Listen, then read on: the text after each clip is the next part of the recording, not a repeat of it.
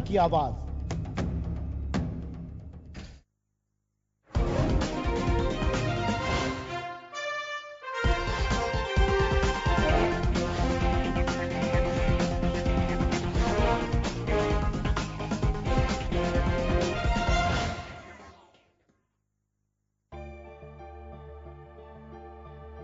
राजस्थान में मतदान का पहला चरण खत्म होने के बाद अब दूसरे चरण की सीटों के लिए आला नेता प्रचार में दमखम दिखा रहे हैं, लेकिन इस प्रचार में यह बात साफ जाहिर हो रही है कि जुबानी हमले तीखे और व्यक्तिगत तौर पर भी काफी किए जा रहे हैं। पीएम मोदी की बात करें तो पीएम मोदी लगातार सीएम गहलोत पर उनके बेटे को जोधपुर से टिकट मिलने के बाद से ही लगातार निशाना साध रहे हैं। बुधवार को पीएम मोदी ने जयपुर की सभा में गहलोत पर निशाना साधा, साथ ही ये बात भी नजर आई कि वे अपनी सभाओं में प्रत्याशियों का नाम नहीं ले रहे, केवल कमल के निशान पर मुहर लगाने की गुजारिश कर रहे हैं। अभी नई नई सरकार बनी है, मिलावटी सरकार है, इधर उधर से कुनबा जोड़ करके बनाई है। 10 दिन हो गए, 100 दिन हो गए, कर्ज माफी के वायदे का क्या हुआ? झूठ बोलना, फरेब करना, मतदाता को गुमराह करना, यही कांग्रेस का चरित्र है। चुनावी रण में केवल बीजेपी तीखे हमले कर रही हो, ऐसा भी नहीं है। राहुल गांधी भी लगातार पीएम मोदी और भाजपा पर निशाना साध रहे हैं। प्रदेश के दौरे के दौरान अपनी सभाओं में राहुल अक्सर पीएम पर भ्रष्टाचार के आरोप लगाते रहे हैं। वे राफेल, सर्जिकल स्ट्राइक, 15 लाख जैसे मुद्दों के साथ साथ चौकीदार शब्द को लेकर भी व्यंग कसते हैं। किसानों के बारे में कहा था, किसानों को सही दाम देंगे, कर दिया? तो मुझे बताओ भैया, चौकीदार ने पिछले 5 सालों में किया क्या? क्या किया? देखो, याद है आपको, पहले नारा चलता था अच्छे दिन, मोदी जी खड़े होते थे 56 इंच की छाती, कहते थे अच्छे दिन, दूसरी साइड से लोग कहते थे आएंगे। अब वो गलती से भी नहीं कहते अच्छे दिन, जनता कहेगी चले गए। पीएम मोदी को जवाब देने में गहलोत भी पीछे नहीं है। व्यंग का अंदाज हो या फिर सीधे आरोप, वे लगातार पीएम को घेर रहे हैं। 5 साल तक जुमलेबाजी करी, जिस रूप में झूठे वादे किए, ब्लैक मनी के भी, रोजगार देने के भी, महंगाई कम करने के भी, पिंक रिवोल्यूशन के भी, लोकपाल 5 साल में बनाए इन्होंने, जनता सब देख रही है। इसलिए मैं कई बार कहता हूँ कि प्रधानमंत्री जी हमेशा असत्य बोलते हैं। जब से वे राजनीति में आए हैं, असत्य के आधार पर ही वो काम चला रहे हैं अपना। 2019 का लोकसभा चुनाव अपने आप में अनूठा है। इस चुनाव के दौरान गड़े हुए मुहावरे और जुबानी हमले याद आने वाले सालों तक सियासी गलियारों और लोगों के जहन में रहेंगे, क्योंकि इस बार कोई नेता जुबानी हमले से पीछे नहीं रहना चाहता। और शायद सियासतदानों को यह मुगालता है कि जनता उनके इस अंदाज से कहीं ना कहीं प्रभावित होकर उन्हें संसद के गलियारों तक पहुंचा देगी। ब्यूरो रिपोर्ट, जन टीवी न्यूज।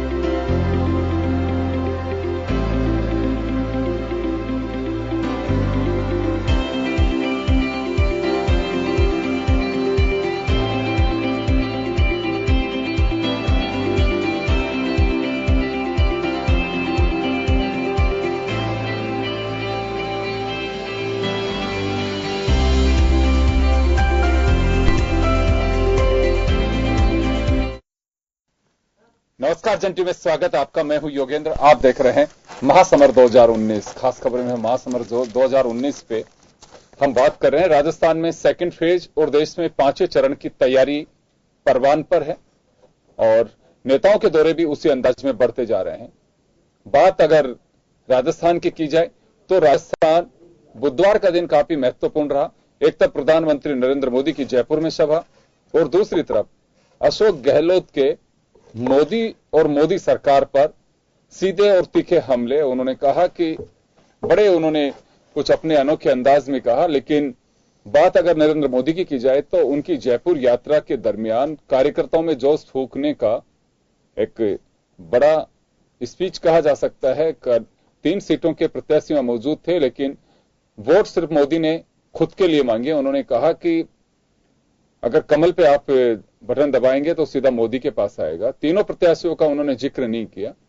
खैर, कुछ ऐसे हैं चीजें जो अभी इलेक्शन के दरमियान आपको बड़ी रोचक लग रही हैं। कुछ मुद्दे भी हैं, मुद्दों का भटकाव भी कहा जा सकता है। तमाम जो पहलू हैं उनको लेकर के हम लगातार आपसे हमारे अतिथियों के साथ में बने हुए हैं। हम एक बार फिर चर्चा करेंगे, चाहे प्रधानमंत्री नरेंद्र मोदी जी का दौरा हो या राहुल गांधी जी का दौरा हो या फिर स्थानीय नेताओं का दौरा हो, हमारे अतिथि किस तरह से उसे देखते हैं। चलिए, महेश शर्मा साहब हमारे साथ वरिष्ठ पत्रकार जुड़े हुए हैं इस वक्त। महेश जी, मोदी साहब का स्पीच कार्यकर्ताओं में जोश फूंकने के लिहाज से तो काफी था, बहुत अच्छा स्पीच कह सकते हैं इसे।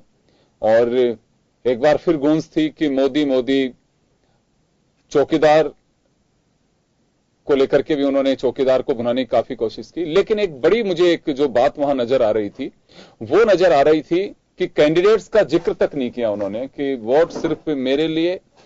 आपको ध्यान होगा कि 2014 में भाजपा के लिए अब की बार भाजपा सरकार, लेकिन अब की बार मोदी साहब लगातार यही कर रहे हैं कि मोदी सरकार फिर एक बार। देखिए, इस बार जो चुनाव का जो पूरा का पूरा जो बिंदु बना हुआ है कि मोदी को सत्ता में लाना है या उसको मोदी को सत्ता में रोकना, ये 2 मुख्य बिंदु बन गए।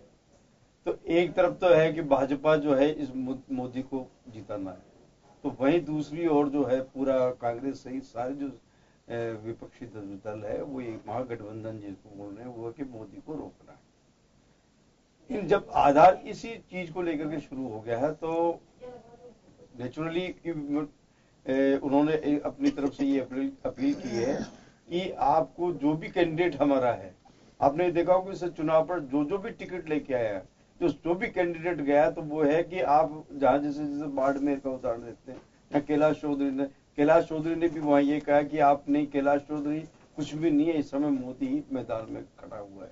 ये कि यही आपको बीकानेर के अंदर अर्जुन राम मेघवाल यही बयान दे रहे हैं। लगभग सभी मतलब जो प्रत्याशी है कि हमारे को न देखे बल्कि मतलब मोदी को देखे कि उनको केंद्र में लेके आना है। एक तरह से ये देखा जाए तो इस तरह से इस फाइट को आप अमेरिकी चुनाव से जोड़ सकते हैं, जहां पे मतलब रिपब्लिक और क्या कहते हैं आपके जो दूसरे जो है डेमोक्रेटिक, जो इन दोनों के बीच मतलब क्या कहते हैं मुकाबला, उस तरह से बनाने की कोशिश की गई है। एक नया जो चुनाव में जो ट्विस्ट आया है वो इसी बात को लेकर के आया कि अब ये नहीं है कि अब कमल है या हाथ है या और जो भी जिनके भी है हाथी है या मतलब आपके जो सपा का जो भी साइकिल है, तो इन चीजों को ध्यान में रखते हुए इस बार इसकी फाइट ही ये दी, यही मोटिव है और यही मकसद भी है इस चुनाव का इस बार। जी अरुण जी, आपके पास आना चाहूंगा। मोदी साहब ने जो अपना स्पीच था उनका अपने एक अनोखा अंदाज है और अपने तरीके से देखें, कार्यकर्ताओं को चाहिए कि नेता उनमें कितनी पकड़ रखता है और साथ में उनका जो स्पीच है वो कितना प्रभावी होता है। कार्यकर्ता जोशीला होता है, उत्साह होता है, लेकिन आपको उस उत्साह में जान डालनी है। मोदी साहब वो जरूर करते हैं। अब उन्होंने कहा कि पूरे देश की तासीर और रुख बताता है जयपुर। जब भीड़ देख करके और वो गदगद थे तो उसको देख करके उन्होंने कहा कि जयपुर देश का हाल बता देता है। कार्यकर्ता उसी से बहुत जोशीले हो गए। जी, मैंने भी कल रैली का कुछ हिस्सा में देख पाया उनके चुनाव सभा का, जिसको विजय सभा भी कह रहे थे कि पता नहीं लग रहा है ये चुनाव सभा है या विजय सभा है। उनके बोलने की शैली है और इसमें जरूर कुछ लोगों को जोश आता होगा, लेकिन ये चुनाव में भारतीय जनता पार्टी आप एक एंगल से देखें तो बिल्कुल नदारत है। आपको आश्चर्य नहीं होता क्या कि इस देश का रक्षा मंत्री चुनाव नहीं लड़ रहा है, इस देश का वित्त मंत्री चुनाव नहीं लड़ रहा है, इस देश का ह्यूमन रिसोर्स मानव संसाधन मंत्री चुनाव नहीं लड़ रहा है, कोल मिनिस्टर चुनाव नहीं लड़ रहा है। अरुण जी, लौटूंगा आपके पास में, यहां एक छोटे से ब्रेक के लिए रुकेंगे, ब्रेक के बाद हम जल्दी लौटेंगे।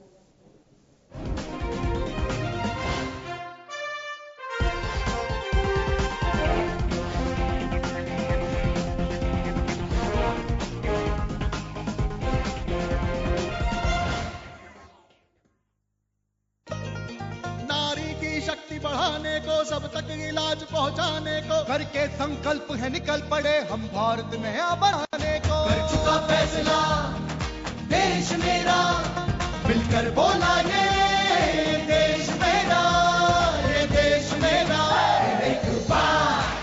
फिर एक बार मोदी सरकार। कमल का बटन दबाएं, भाजपा को जिताएं।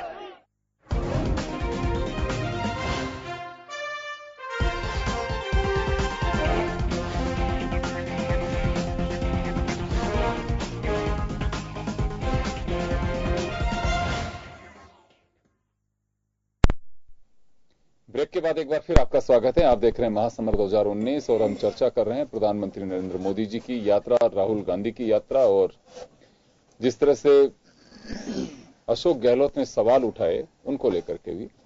मैं एक बार फिर अरुण जी आपके पास में आना चाहूंगा। मोदी साहब का जो स्पीच था, मैंने फिर कहा कि जोशीला, कार्यकर्ताओं में जान फूंकने वाला था, और चुनाव के वक्त कोई भी नेता अगर अपने वर्कर्स में जान डाल देता है, उन्हें और मोटिवेट कर देता है, तो मुझे लगता है कि यही एक मकसद होता है।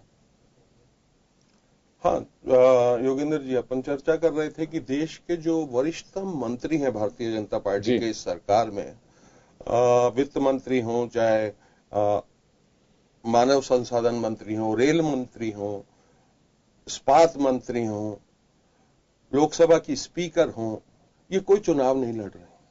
चुनाव लड़ रही हैं प्रज्ञा ठाकुर, साक्षी महाराज और काफी गुमनाम आदमी।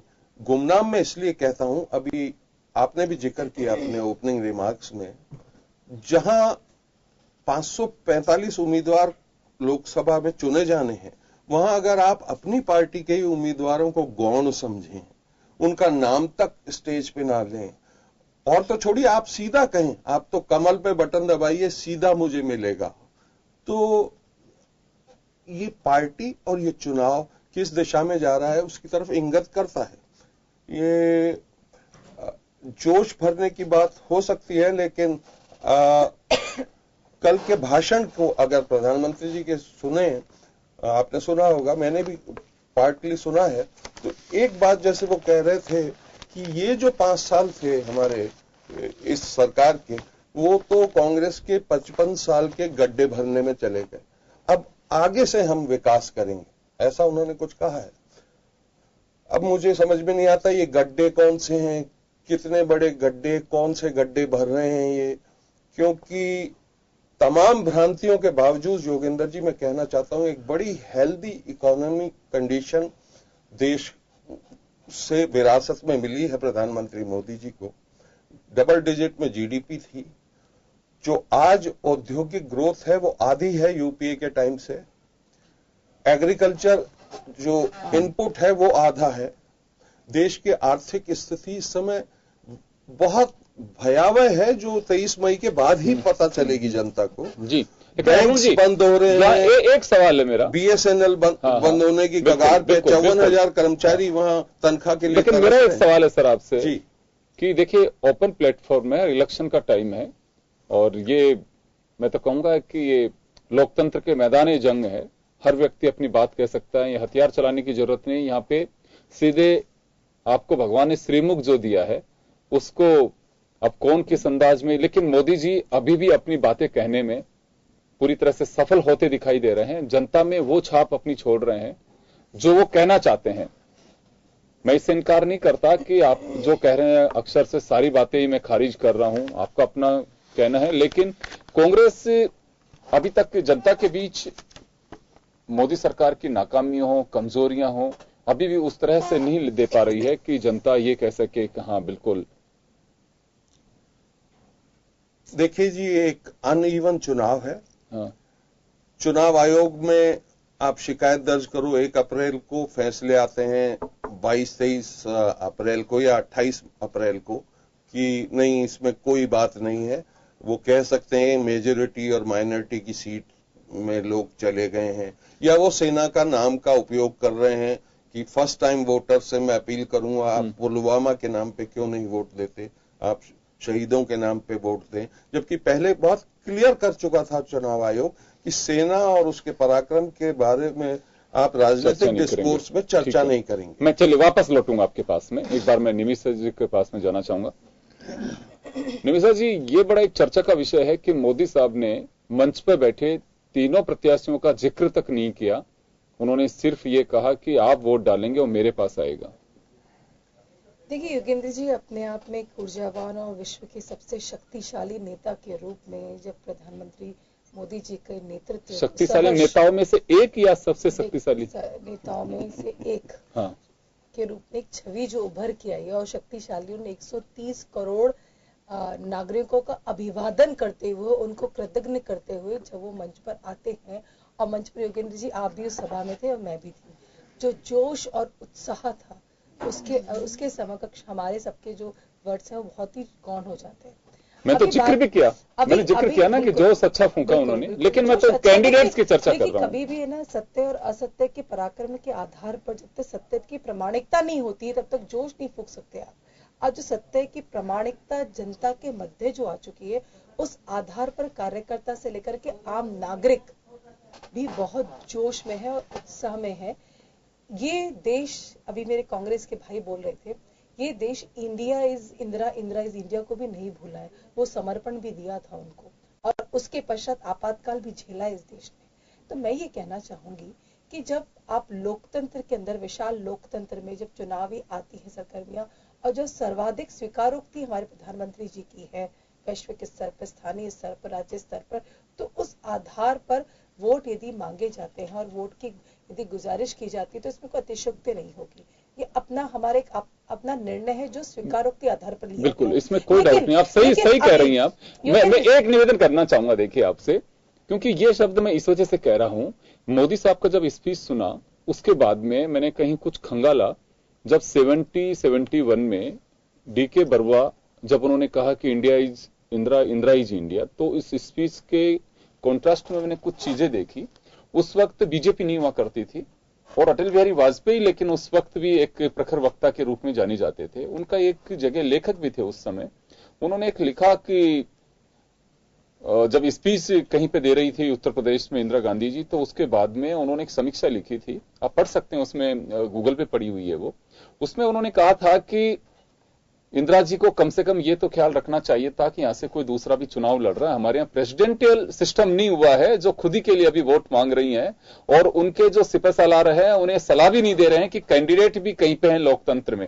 मैं आज एक कोट इस वजह से करना चाह रहा हूं कि अटल जी आपको वही समय में आपको याद दिलाते हुए कहती हूँ, वही समय था जब कांग्रेस विघटन के कगार पे आ गई थी, विभाजन के कगार पर आ गई। लेकिन आप लोग क्यों जा रहे हो उस रूट पे? देखिए, ये भारतीय जनता पार्टी का आंतरिक लोकतंत्र के आधार पर लिया गया निर्णय, पटरी पर नहीं जा रहे हैं हम। तो डेमोक्रेटिक सिस्टम को सर्वोपरि मानते हुए, डेमोक्रेटिक एक उत्साह भरते हुए आगे बढ़ रहे हैं। आज कहीं पर भी, उस समय तो कांग्रेस की हालत थी, विघटन लगभग हो गया था, विघटित हो चुकी थी, वो परवान पे थी उस वक्त, उसी परवान पर थी, और उसी वक्त उसके आधार पर फिर आपातकाल झेला और आपातकाल के बाद सत्ता से बाहर हो गई। उसमें कोई बात नहीं है, आपातकाल के वो नहीं बोल सकते, मैं भी नहीं बोलूंगा, आप भी नहीं बोलेंगे। मैं तो इतना सा जानना चाह रहा हूँ साहब। हाँ चलिए, मुझे विदाउट इंटरप्शन, पर वो जरूर कहिएगा, कैंडिडेट्स वाला जिक्र नहीं किया। मेरा इंटरप्शन जो है आप करेंगे तो मैं अपनी बात नहीं करूंगा। नहीं, आप कहिए ना, पूरा टाइम दूंगा। बात ये कि आज विश्व की छठी अर्थव्यवस्था से आगे बढ़ता हुआ ये विशाल लोकतंत्र आज सेवा के क्षेत्र में जब सर्वाधिक हमारे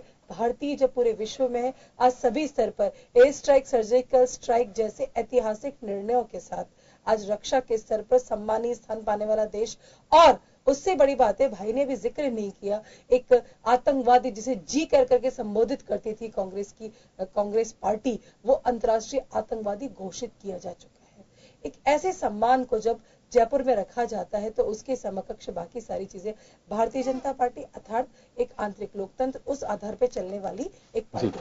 हमारे पास जब बात आती है, जब मैं कल ही पढ़ रही थी, बहुत ही मतलब मेरे सवाल का एक बार जवाब दे दीजिए। आप उसके आगे आपको 5 मिनट की छूट है, मेरे सवाल का जवाब दे दीजिए। मैं ये कहना चाह रहा हूं कि आपका लोकतंत्र, आज का लोकतंत्र बीजेपी का अलग है, अटल बिहारी वाजपेयी के वक्त का लोकतंत्र अलग था, उस वक्त का जनसंख्या। मैंने नहीं कहा कि सभी एक ही है और उसकी पद्धति के आधार पर। इंदिरा गांधी के स्पीच पे अटल जी ने सवाल उठाया था कि कैंडिडेट्स को भी भूल गई इंदिरा जी।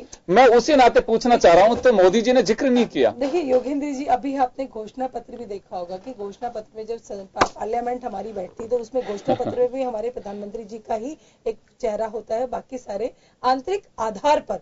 ये हमारी अपनी एक सिस्टम है, उस आधार पर तय किया गया निर्णय। और रही बात कि सबको सम्मान देते, चलिए ये लेकिन बहुत बड़प्पन है आप लोगों का, कम से कम आप लोगों ने कैंडिडेट से सिंबल का अलॉट कर दिया। मंच पर सम्मान देते हुए उन्होंने सबके लिए वोटिंग अपील की। आप इस पर जाइए। बात ये कि आज कांग्रेस एक मुद्दा विहीन राजनीतिक पार्टी हो चुकी है, जो मच्छर और हाथी को गोद में बैठाने जैसी कटाक्ष करने लगी। जब कोई मुद्दे नहीं बचते तब ऐसे मुद्दों पर लगते हैं जिससे जनता आकर्षित हो। चलिए आप भी आकर्षित हुई हैं उससे कि मच्छर, हाथी और मोदी जी। मुख्यमंत्री जी होकर के ऐसे शब्दावली का प्रयोग जिसका कोई इररिलेवेंट वर्ड्स ऐड करना अपने भाषणों में, मुझे नहीं लगता कि कोई प्रेस कॉन्फ्रेंस में कोई मतलब हास्यास्पद भी नहीं कहूंगी मैं इसे ना, एक ऐसा वर्ड्स है जिसका कोई रिप्लाई नहीं है, सीधी बात है। चलिए गौरेराज जी के पास जाना चाहूंगा। गौरेराज जी, देश का लोकतंत्र की मजबूती के लिए चुनाव होते हैं, लेकिन मैं इस इलेक्शन में मुझे कुछ सौभाग्य है कि जर्नलिज्म में, जन टीवी के मैनेजमेंट ने मुझे इस स्थिति में रखा है कि मैं कहीं पे भी एक खुली हवा में जाकर के लोगों से चर्चा कर सकता हूं। इस काम के लिए मुझे किसी ने बाउंड नहीं कर रखा, बिल्कुल ओपन छूट दे रखी है। बस 2 ही चीजें सिखाई हुई हैं कि आप किसी से इंप्रेस्ड नहीं होंगे और ना बाइस्ड होंगे। जो चीज है लोग क्या कहते हैं, क्या सुनते हैं। एक चीज मैं आपको बता रहा हूं, मेरे दिल की बात। आज भी मैं कुछ विमेंस के बीच जाकर के आया था, उसकी मैं रिकॉर्डिंग कल सब ठीक रहा था, हम आपको दिखाएंगे उसको। वहां एक ही बात कही जाती है कि साहब नेताओं को स्पीच का स्तर मेंटेन करना चाहिए। ये बड़ी पीड़ा है आम जनता की कि चर्चाएं होनी चाहिए, चुनाव है, सब अपनी अपनी ओर से जीत हार की कोशिश सभी करते हैं, लेकिन हमारा अगर यही भाषा का स्तर रहा किसी भी नेता का, तो लोकतंत्र गर्त में चला जाएगा। पता नहीं विकास तो होगा कि नहीं होगा, लेकिन गर्त में जरूर चला जाएगा। ऐसा क्यों लगता है लोगों को? लोगों को जो लोग इसके प्रति जो इन सब बातों को ध्यान में रखते हैं, उनको लगता है, आपने 2-3 बातें इसमें कही कि स्तर जो लोग भाषा को समझते हैं, वो भाषा के स्तर को भी जब नीचे जाता है तो उसको आकलन उसका अपने अनुसार करते हैं कि जब जो आदमी अपनी भाषा पे संयम नहीं रह सकता है, वो आदमी अपनी कार्य पद्धतियों में जिस तरह का कोई भी अगर जैसे कि जीत के जाता है और कहीं पे भी जाता है, उसको 10 तरह के चैलेंजेस को फेस करना होता है और उसमें उससे ये एक्सपेक्ट पब्लिक करती है या रिक्वायरमेंट भी यही होती है कि वो एक अच्छे तरीके से बिहेव करते हुए वो करे। लेकिन जिस तरीके से लोग अपने कुछ पॉलिटिकल गेन, जिस तरीके से लोगों को इंप्रेस करने के लिए तरह तरह के बातें बोल देते हैं, जैसे कि एक बार आया था मुद्दा कसाब का, आपने देखा होगा, क से कांग्रेस का, ये तो इस तरह कसाब की जगह दूसरा कुछ भी लिया जा सकता था, लेकिन कसाब क्योंकि एक आतंकवादी का नाम था, उससे पोलराइजेशन की जा सकती है। लेकिन मैं एक चीज बता दूं, ये भारतीय राजनीति में शुरू से ही पोलराइजेशन होता रहा है और अभी जो हुआ है, मोदी जी ने इसके सबसे बड़े गेनर हो गए हैं और उसकी वजह से ये हुआ है कि विपक्ष बहुत ज्यादा कमजोर हो चुका है आज के डेट में, या उसके पास इस तरह के संसाधन नहीं है और इस तरह के बात रखने में सक्षम नहीं है। वो देखिए किस तरीके से अपने बातों को वो घुमा फिरा के किस तरीके से ला रहे हैं। कभी वो टीवी इंटरव्यू दे देते हैं किसी एक्टर को और खुद भी एक्टर की तरह बिहेव करते हैं। भाई देश ने प्रधानमंत्री चुना है, एक्टर थोड़ी चुना है। और अभी रही बात कि बहुत लोग भाषणों से इंप्रेस होते हैं, भाषण से इंप्रेस होने वाला प्रधानमंत्री देश को नहीं चाहिए। देश को एक काम करने वाला डिलीवर। अभी रिक्वायरमेंट क्या है? अभी जैसे अभी बताया कि ग्लोबल आतंकी घोषित हो गया। ग्लोबल आतंकी जो घोषित हुआ, आप पढ़िए उसमें क्या लिखा हुआ है। ग्लोबल आतंकी के लिए 3-4 बार प्रयास किया, 4 बार उसमें का भी आया हुआ है कि 4 बार प्रयास किया गया, भारत ने प्रयास किया, उस पे चीन भारत के जो ओपिनियन से सहमत नहीं हुआ। अभी जो घोषित हुआ है, जानते हैं किस लिए घोषित हुआ है? वो आप उसके पढ़िए जो उसको ग्लोबल आतंकी घोषित किया गया। वो इस वजह से उसको अमेरिका ने कहीं भारत में पुलवामा में अटैक किया, यहां अटैक किया, उसका नाम नहीं लिया। उसने कहा है कि अल कायदा से संबंध रखने के कारण इनको ग्लोबल आतंकी घोषित करते हैं। इसके ऊपर द हिंदू में, इंडियन एक्सप्रेस में सुहासिनी हैदर का लेख छपा हुआ है, 3-4 आर्टिकल छपी हुई है, ठीक है, आप इसको आज ही का पढ़ सकते हैं। तो ये गजब के फैक्ट को ये लोग डाइल्यूट कर देते हैं। डाइल्यूट वाला मैं आप पढ़ लीजिए, विश्लेषक लग रहे हैं। नहीं, ये एक नॉन विश्लेषक नहीं, इसमें अपना वर्ड कहती हूँ मैं। देखिए वो देखिए, वो विश्लेषण की बात नहीं है, बात तो इसी की हुई थी, विश्लेषण की के लिए नहीं बैठी हूँ कि मैं आपको ये बोलूँ कि क्रेडिट लेने के लिए आज भी वो 6 साल वो उसमें नहीं लिखा हुआ है बच्चा जो आ रहा है। लेकिन देखिए ना, प्रयास तो लगातार करते हैं। प्रयास तो वो 100 रुपए देते थे, 15 पैसे पहुंचते थे, 15 रुपए पहुंचते थे। प्रयास अभी 100 के बदले 115 नहीं पहुंच रहे, अभी भी हालात वही है। ऐसा नहीं है, आप देख लीजिए ना, कौन सा शहर स्मार्ट सिटी बन गया, मेरे को बता दीजिए आप। स्मार्ट सिटी का जितना ढोल बजा के आतंकवादी बात कर ले। एक आतंकवादी जिसने पुलवामा पे अटैक करके बड़ा डेयरिंग होकर के अपना मैंने जिम्मेदारी ली, उस आतंकवादी को बहुत ही अल्प समयावधि में घेर करके अंतर्राष्ट्रीय आतंकवादी घोषित करना अपने आप में, आपके और मेरे सामने बैठे मेरे कांग्रेस वाले भाई के लिए भी अपने आप में एक सहर्ष स्वीकार्य सम्मान की बात है। कहीं पर भी इसमें राजनीतिक दाऊद भी बहुत पहले से ग्लोबल टेररिस्ट घोषित हुआ पड़ा है, उसका क्या रिजल्ट रहा उसका तो अलग है। मैं दूसरी बात कह रहा हूँ कि ये जो सिंबल का गलत तरीके से इस्तेमाल किया जा रहा है, मैं उसकी बात कर रहा हूँ। चलिए, मैं एक ब्रेक के लिए रुक रहा हूँ, छोटे से ब्रेक के लिए, गलत तरीके से आप भी गलत तरीके से एक बार एक छोटे से ब्रेक के लिए रुक रहा हूँ, ब्रेक के बाद वापस लौटेंगे।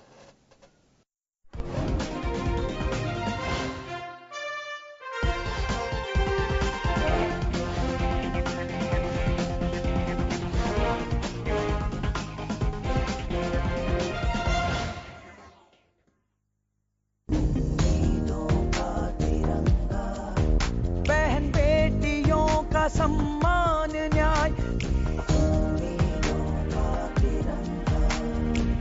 अब होगा न्याय, कांग्रेस को वोट दे। 5 साल पहले इसी खेत पर आए थे ये लोग, बोले थे खेती से दुगनी कमाई होगी, 15-15 लाख खाते में आएंगे। किसान आदमी कर लिया इन पे भरोसा और दे दिया अपना वोट। जब मेरे किसान भाई अपनी जान गंवा रहे थे, ये लोग अच्छे दिन के सपने दिखा रहे थे। मालूम नहीं था ये झूठे मेरे लिए नहीं, सिर्फ मेरे वोट के लिए खेत तक आए थे। मेहनती किसानों को ठगने वाली भाजपा से जरा बच के रहना। अब होगा न्याय, राजस्थान कांग्रेस। किसान की किसी को परवाह का है? कांग्रेस पार्टी को परवाह है। कांग्रेस पार्टी कर्ज न चुकाने पे किसी भी किसान को जेल न जाने देगी। हर साल किसानों का अपना अलग कृषि बजट होगा। वोट देंगे हम तो सरकार बदली होगी। अब होगा न्याय, फिर लालच देने आएंगे, फिर जनता को बहकाएंगे। 70 साल अन्याय किया, अब वो क्या न्याय दिलाएंगे। कर चुका फैसला देश मेरा, मिलकर बोला ये देश मेरा, ये देश मेरा। फिर एक बार मोदी सरकार। कमल का बटन दबाएं, भाजपा को जिताएं।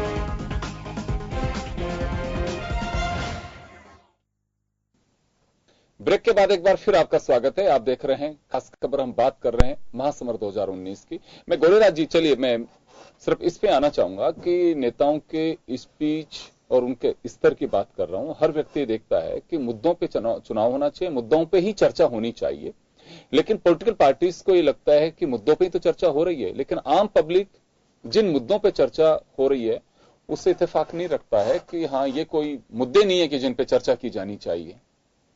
नहीं, देखिए मुद्दे तो मैं आपको अपनी सही स्थिति में बताऊं, जब से ये चुनाव घोषणा हुआ तब से मैं टीवी और ये पेपर नहीं पढ़ रहा हूं और ना देख रहा हूं। उसके पीछे कारण क्या है कि कुछ भी मतलब कि पढ़ने लायक कुछ है नहीं, आपकी इंफॉर्मेशन लायक कुछ है नहीं। दिक्कत क्या है कि चुनाव में जिस तरीके से मूल मुद्दे से भटका दिया जाए, मूल मुद्दे क्या थे? मूल मुद्दे जैसे कि 5 साल में इन्होंने, अब जैसा इनका मानना है सत्ताधारी पार्टी ने, इन्होंने अभूतपूर्व काम किया। ऐसा काम किया कि जीडीपी दुनिया की 6ठी बन गई। उनसे 2014 से पहले वो 12वीं नंबर की जीडीपी थी, वो 6 नंबर वो पहुंच गए। दूसरी बात मैं आपको बताऊं कि जो ये बता रहे हैं, इन्होंने जो अपने इनके योजना थे उसके नाम तक ये नहीं ले रहे, जैसे अपने कैंडिडेट का नाम नहीं ले रहे हैं ना, उसी तरीके से ये अपने योजनाओं के नाम इतने ढोल बजा के स्मार्ट सिटी का इन्होंने किया। गंगा साफ नहीं हुआ तो एक मंत्री ने कहा कि मैं तो गंगा में कूद के जान दे दूंगा। निमिषा जी, मैं आपके पास आता हूं। प्रियंका वाड्रा जो है वो बैठ करके नाम, निमिषा जी आ रहा हूं, आपके निमिषा जी आ रहा हूं, एक बार आ रहा हूं, उनको सुन लीजिए। आपके पास में आऊंगा मैं, एक बार गंगा के किनारे का ही रहने वाला हूं, सुन लीजिए रखने वाला हूं, मैं जवाब दिलवाऊंगा आपसे। चलिए बोलिए, आप बोलिए। हाँ, एक बार सुन लीजिए। ठीक है, तो वो तो साफ उन्होंने टाइमलाइन खुद दिया था, कोई दूसरी पार्टियों ने तो टाइमलाइन दिया नहीं था। उन्होंने कहा था कि हम कूद जाएंगे। ठीक है, वो गंगा का क्या स्थिति हुआ क्या नहीं हुआ, उसका जो पैसा दिया हुआ था उन्होंने पैसा तक खर्च नहीं कर पाए। जो पैसा था, मैं तो बोलता हूं ठीक है 10 साल साफ होगा, टाइम लगेगा उनके साफ होने में, 15 साल लगेंगे, लेकिन मेरा ये मानना है कि कम से कम कुछ तो हुआ होता। उसके पैसे जो इन्होंने बजट एलोकेट किए थे वो दूसरी नहीं हुआ होता तो नाव से वो यात्रा नहीं कर पाती। वो नाव पहले चलता था, आप क्योंकि गंगा गई नहीं है इसलिए आपको पता नहीं होगा। नाव चलता था, सदियों से नाव चलता है। स्टीमर मेले में जो हुआ है ना, स्टीमर सदियों से चलता है गंगा जी में, आपको पता नहीं है, आप गई नहीं है। आप नहीं गए, आप यहाँ बैठ करके लेक के आधार पर बोल रहे हैं। अरे मैं तो वहाँ वहीं का रहने वाले हैं, ठीक है, गंगा किनारे के रहने वाले हैं, इसलिए गंगा के रहने वाले हैं। वहीं देश का जन्म है मेरा, आपका तो अजमेर का है। ठीक है, तो मैं आपको बता दूं कि जो उत्तर में और गंगा में अंतर रखिए। नीति आयोग को इन्होंने का जन्म उत्तर प्रदेश का मैं खुद ही अभी कुंभ के मेले में गई हूँ, योजना मैंने देखा था वहाँ पर कि क्या बिल्कुल योजना आयोग बहुत अच्छा था। पूरी नहीं हुई है, मैं इसमें कोई अतिशोक्ति नहीं कर रही, इसमें जो बड़े पूरी नहीं हुई बाकी है, लेकिन पहले से बेहतर है, किया है। और आप बोल रहे हैं कि योजना का जिक्र नहीं हुआ। मैं एक बार अपनी कंप्लीट कर लूं, मैं एक बार ये स्मार्ट सिटी पे भी आप फिर स्मार्ट सिटी पे भी बोलिए। स्मार्ट सिटी ही नहीं, गंगा की बात नहीं कर रहा हूं मैं, बात कांग्रेस के प्रवक्ता ये स्मार्ट सिटी पे भी बात कर रहे थे। स्मार्ट सिटी का ढोल बजाया। मैं बता दूं आपको, इनकी स्थिति आज हुई कि 4 देश की बड़े बड़े कंपनियां दिवालिया होने के कगार पे पहुंची हैं। जेट, BSNL, आपको देख लीजिए, ILNFS। बताइए जब इतनी जीडीपी बढ़ रही है तो ये लोग कहां जा रहे हैं भाई? ये रसातल में क्यों जा रहे हैं ये लोग? मेरे को तो समझ में नहीं आई, इतने इनका BSNL का ग्रोथ क्यों नहीं हो पाया? प्राइवेट पार्टियों के स्पेक्ट्रम बेचने वाले खुद स्पेक्ट्रम के लाले इनको क्यों पड़ गए, मुझे ये समझ में नहीं आया। जेट हो गया, इनकी खुद ILNFS इतनी कंपनी हो गई जो एक बड़ा जो मीडिया संस्थान भी चलाता है, दूसरे और काम करते हैं, वो कंपनी दिवालिया पहुंच गई। दिन भर वो मोदी करते रहते थे, उनका भी बेड़ा गर्क हो गया। अब तो ये समझना पड़ेगा इकोनॉमी में किसने, कौन सी इंडस्ट्री ने ग्रोथ किया, उसमें मेरे को आप बता दीजिए। मेड इन इंडिया से मेड इन चाइना का जो प्रोडक्ट पूरा भारत आप बताइए मैन्युफैक्चरिंग ग्रोथ कितना बढ़ा? देखिए दो मोबाइल कंपनी थी इस देश के अंदर, आज 268। वो असेंबलिंग है, वो असेंबलिंग हो रही है। अब हर बात पर डाइवर्ट असेंबल हो रहा है, मैन्युफैक्चरिंग नहीं हो रही। चाइना की जगह मेड इन इंडिया की देश उन्मुख हुआ है तो आपका पेट दुख रहा है, तो आप बोल रहे हैं भाई मोदी में मेक इन इंडिया कहाँ हो रहा है? मेरे को तो दिखाओ तो सही, मैं जाना चाहता हूँ। इनके भी रिपोर्टर चले जाएंगे, मोदी में चैनल के भी रिपोर्टर कवर करके आ जाएंगे। मैं तो एक बार जानना चाहूंगा आप सब लोगों से, क्या होता है कि सब इकोनॉमिक्स का प्रामाणिकता नहीं, इकोनॉमिक्स का बता रहा हूँ ना। निमिषा जी विश्लेषक है आप बनिए ना कांग्रेस के प्रवक्ता, जवाब देंगे आपको। एक तरफा नहीं बोल सकते आप, कुछ ही नहीं हुआ है, आप यहाँ बैठ करके सिर्फ बोलने आए। आप ऐसा निराधार नहीं बोल सकते। हम और हमारा देश मेक इन इंडिया और मेड इन इंडिया की ओर उन्मुख हुआ है। मैं नहीं कह रही हूँ पूरा हो गया है, हम तो क्या हुआ आप बताइए तो सही। मेक इन इंडिया में क्या हुआ आप बताओ। आप कह रही है 55 साल कुछ नहीं हुआ, इस मतलब आपके प्रधानमंत्र कह रहे हैं आपको 5 साल कुछ नहीं रहे तो आप नाराज होंगे। मेक इन इंडिया में क्या हुआ? आप एक सेकंड में सभी को रोकना चाह रहा हूँ। निमिषा जी मैं रोक रहा हूँ। निमिषा जी मिले बेरोजगारों को नहीं दे पाया। मैं जरा रोक दूं आपको। मैं एक बात कहना चाहता हूँ कि ये एक बात तो आप लोग कम से कम तय करिए। आपने कहा कि बहुत अच्छी बात है कि भाई पूरा नहीं हुआ, कुछ तो हुआ है, ये स्वीकार करना चाहिए, बहुत अच्छी बात है। लेकिन ये भी तो आप लोग सोच के चलिए कि 55 साल में कुछ तो हुआ होगा, कुछ तो हुआ होगा। क्योंकि आज जो आप साड़ी पहन के बैठी हुई हैं, ये 55 साल में कहीं कुछ या 70 साल में कहूंगा सभी प्रधानमंत्रियों ने कुछ कुछ तो किया होगा, जब जाके धागे से साड़ियां बनना शुरू हुई होंगी इस देश में। ये साड़ियां क्या मानती हैं आप, 4 साल पहले का प्रोडक्शन है केवल, बस उसी समय साड़ियां बनना शुरू हुई। पहले महिलाएं क्या पेड़ के कपड़े छाल लपेट के घूमती थी हिंदुस्तान में। आप में विविधताओं के साथ संपूर्ण देश है, लेकिन जितना होना चाहिए था उतना नहीं हुआ। अर्थात आपने आवास योजनाएं दी, लेकिन आवास क्या बन पाए इतने। अपने बिजली 18,000 गांवों तक बिजली पहुंचाना अभी भी, आज आजादी के 70 वर्ष पूरे होने जा रहे हैं, बाकी रह गई थी। सड़कों का निर्माण अभी बाकी रह गया था। ऐसे बहुत सारे काम है जिनकी स्पीडी वर्किंग जितनी होनी चाहिए थी, आज काल है स्कीम्स का। कुछ तो हुआ ना, काल था, ये तो आप स्वीकार कर रही हैं कि कुछ तो हुआ था। हमारे प्रधानमंत्री जी भी नहीं कर रहे, प्रधानमंत्री जी तो साफ ही कहते हैं, प्रधानमंत्री जी तो कह रहे हैं कि 55 साल में गड्ढे हुए थे, अभी तो उनको भर रहे हैं। बस मैं कह रही हूँ कि इतने स्कैम से भरा हुआ एक देश था, इतने घोटालों से भरा हुआ देश था। इनको सजा मिली है, स्कैम तो आपने कह दिया, सजा जिसको मिली सब बरी हो गए आपके शासन में। देखिए मेरे कांग्रेस के प्रवक्ता भाई आज जो है कितने जेल पर है, कांग्रेस के तो नहीं है। नहीं, सीधा आप तो बात करके कांग्रेस के लिए। लेकिन जब ये यूपीए सरकार के वक्त में इनको समीक्षक के नाते बुलाते थे तो आपके साथी बड़ी वो करते थे, बहुत सही करें, इनको बोलने दीजिए। उत्तर दे दूं मैं आपको, काफी तो जेल पर हैं और काफी बेल पर हैं बाहर। कौन जेल पे है, नाम लेके बता दीजिए, सारे छूट गए। आपके जितने भी लोग हैं जेल के बॉर्डर पे खड़े, छोड़ेगा कोई नहीं। और क्योंकि एक बात बताइए निमिषा जी, एक बात मैं जानना चाहता हूं, आप लोगों ने 2G स्पेक्ट्रम का जो स्कैम था, राजा और कनिमोई दोनों को लेकर के काफी चर्चा हुई थी। आप ही गवर्नमेंट के वक्त तो बरी हो गए। खैर मैं माफी चाहूंगा, मैं अभी इस पे जवाब भी नहीं चाहिए मुझे आपसे, क्योंकि ये मुद्दा नहीं है। हाँ नहीं, मैं तो आपसे बता रहा हूं, आपने कहा कि ये स्कैम्स की जो बात है, क्योंकि पीएम साहब तक तो पहुंचना बहुत मुश्किल, मैं तो आप ही से जानना चाह रहा था कि जो स्पेक्ट्रम और इनमें जिन लोगों को लेकर के 13 और 14 में आप लोगों ने काफी सवाल खड़े किए थे, आपकी गवर्नमेंट के वक्त ही वो बरी हुए हैं। काम सुप्रीम कोर्ट का था बरी करने का, लेकिन बरी हुए हैं। आप दो बातें कहते हैं, अगर आपके नेता को सुनिए, अगर वो बरी हो जाते हैं तो कहते हैं कि कोर्ट का अवमान्य अपमान नहीं करना चाहिए। जब कोर्ट ने ही उन्हें बरी कर दिया तो उस पर जिक्र नहीं होना चाहिए। लेकिन आज भी आप लोग 2G स्पेक्ट्रम की पूंछ पकड़ करके 17वीं विधान लोकसभा में पहुंचना चाहते हैं, तो इसको खारिज तो करिए। आप पे अगर कोई आरोप बरी हो रहे हैं तो उसकी चर्चा नहीं होनी चाहिए। और अगर आपके वक्त अगर किसी को उसको अगर गवर्नमेंट ने दूसरी पार्टी वाले को बरी कर दिया सुप्रीम कोर्ट ने, तो कि नहीं उसकी फिर चर्चा आप तो कर सकते हैं। आपको तो पूरी तरह से सब तरह के अधिकार मिले हुए हैं और दूसरा उस पर चर्चा नहीं कर सकते, ऐसा क्यों? देखिए योगेंद्र जी, देखिए जितना सुप्रीम कोर्ट का और अन्य संवैधानिक संस्थाओं का यूज और मिसयूज कांग्रेस के सत्ताधारी रहने समय रहा है, सुप्रीम कोर्ट का भी यूज किया। आप कह रही हैं बात? देखिए जितना सुप्रीम कोर्ट का अभी आपने देखा, आप ये स्वीकार कर रहे हैं सुप्रीम कोर्ट का, अभी माफी मांगी इन्होंने, लगातार माफी मांगी, कही इन्होंने माफी मांगी कि मैंने सुप्रीम कोर्ट के सामने मैंने सुप्रीम कोर्ट के नाम से झूठ बोला। और जब सुप्रीम कोर्ट इनको पकड़ता है तभी माफी मांगते हैं, खेत प्रकट करते हैं, फिर माफी मांगते हैं। में सारे राजनीतिक पार्टियों के 5-5 लोग अध्यक्ष किस बात पे मांगी? जो शब्द चौकीदार चोर है उस पर वो आज भी कह रहे हैं राहुल गांधी, लेकिन उन्होंने कहा कि कोर्ट ने कंसिडर कर लिया, इस बात पे माफी मांगी कि ये मेरी भूल थी। यही देखिए, जब सुप्रीम कोर्ट इनको बुला के तलब करता है और सुप्रीम कोर्ट जब इनको बोलता है कि आपने किस आधार पे कहा, तभी माफी मांगते हैं। और चूंकि आम जनता नहीं, अभी इसमें नहीं कहा। ये तो अभिषेक मनु सिंघवी कोर्ट में कह चुके थे कि साहब पॉलिटिकल स्लोगन जो है आज उस पर स्टैंड कर रहे हैं, उसके लिए माफी नहीं मांग रहे। राहुल गांधी ने ये कहा कि कोर्ट भी अब इस बात को स्वीकार कर लिया, उसके लिए हम क्षमा मांगते हैं, वो हमसे गलती हुई है। वर्ड ही वाज यूजिंग कि सुप्रीम कोर्ट ने कहा, अरे तो सुप्रीम कोर्ट ने कहा उस पर माफी मांगी। वो गलती है राहुल गांधी की, वो गलती जो झूठ है ना, गलती है उसमें आपका पकड़ा जाता है तो आप माफी मांग लेते हैं। और जहां अपने वोट नहीं, मैं झूठ नहीं बोलता। राहुल गांधी को बोलिए आप। अब बैठे ना प्रतिनिधि राहुल गांधी के, तो उनके लिए बोल रही हूँ मैं। तो अर्थात आम जनता के बीच में झूठ, और जब सुप्रीम कोर्ट बोले कि आप उस आधार पे झूठ बोला है तो आप माफी मांग रहे हैं।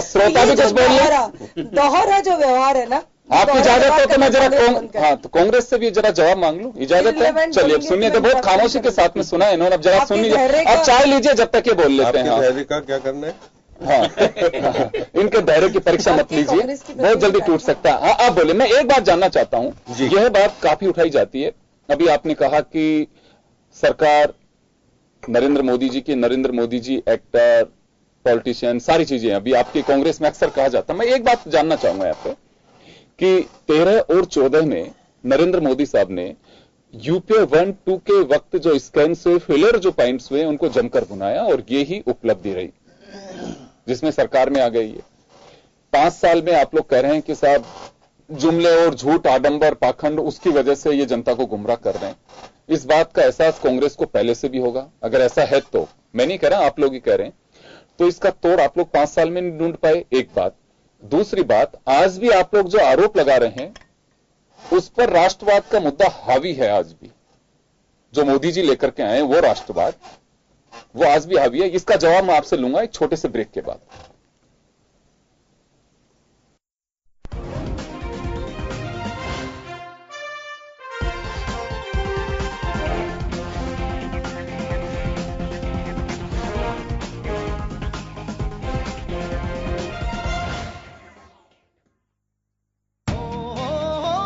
कोई बना रहा कच्ची सड़कें, कोई द्वार नए हैं खोल रहा, शिक्षा से सींच रहा कल को, कोई नई रोशनी बोल रहा। कर चुका फैसला देश मेरा, मिलकर बोला ये देश मेरा, ये देश मेरा।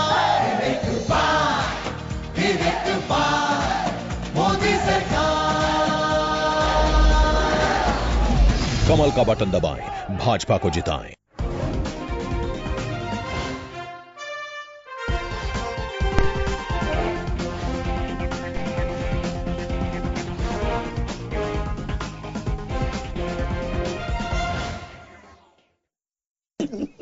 ब्रेक के बाद एक बार फिर आपका स्वागत है। आप देख रहे हैं खास खबर, बात कर रहे हैं महासमर 2019 पे। मैं सवाल ब्रेक से पहले किया, अरुण जी मैं आपसे जवाब चाहूंगा। जी, मैं ये कह रहा हूं कि ये जो कटुता है और जो इस चुनाव अभियान में एक जहरीला वातावरण है, आप सभी लोग भारत के उनको लग रहा है कि बहुत स्तर भाषा का भी गिर रहा है। ये सब कॉमन समझ है इस समय देश की। मेरे को ये कहने में कतई शंका नहीं है कि इसके रहनुमा हमारे देश के प्रधानमंत्री श्री नरेंद्र मोदी जी हैं। उन्होंने ये कटुता का वातावरण डे 1 से शुरू किया है। कोई मर्यादा किसी तरीके की रखी नहीं गई है, न संस्थाओं के प्रति, न आदमियों के प्रति, न राष्ट्र के निर्माता जो पुराने नेता रहे हैं, जिनका काम इतिहास में दर्ज हो चुका है, विश्व में जिनको माना जाता है एक बड़े नेता। 50 साल उनके निधन को हो चुके हैं, 50 से ज्यादा। हम ऐसे पुराने प्रधानमंत्रियों को आज के चुनाव में कल परसों जिंदा करने के लाने का कुत्सित प्रयास करते हैं कि प्रयागराज में कुंभ के मेले में भगदड़ हुई थी, उसके जिम्मेदार नेहरू जी हैं। मतलब आप इसको हास्यास्पद नहीं कहेंगे तो क्या कहेंगे?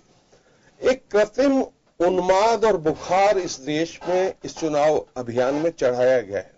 जिस राष्ट्रवाद के आप अभी इशारा कर रहे थे, और आप सही इशारा कर रहे थे, राष्ट्रवाद एक मुद्दा बना दिया गया है।